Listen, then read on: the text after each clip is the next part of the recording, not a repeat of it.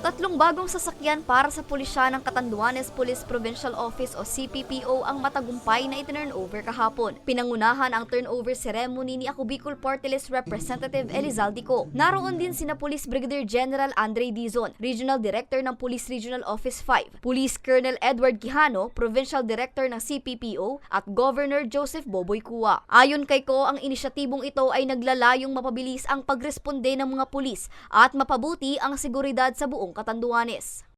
Dito lang sa national level, kailangan po natin din mag-election. Kailangan po natin ng and it's not being given to the local official, to the barangay, or to the so.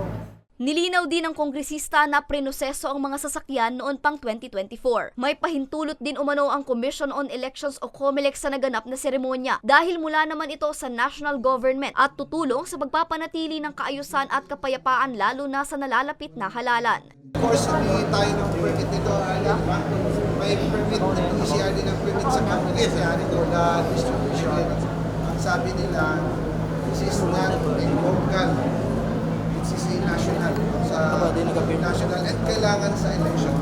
Ang tatlong bagong mobile patrol vehicles ay ilalaan sa mga municipal police stations ng Bagamanok, Viga at San Miguel. Para sa mga balitang Tatak Bicol, Angeline Dagta. Wala kayo sa idol ko.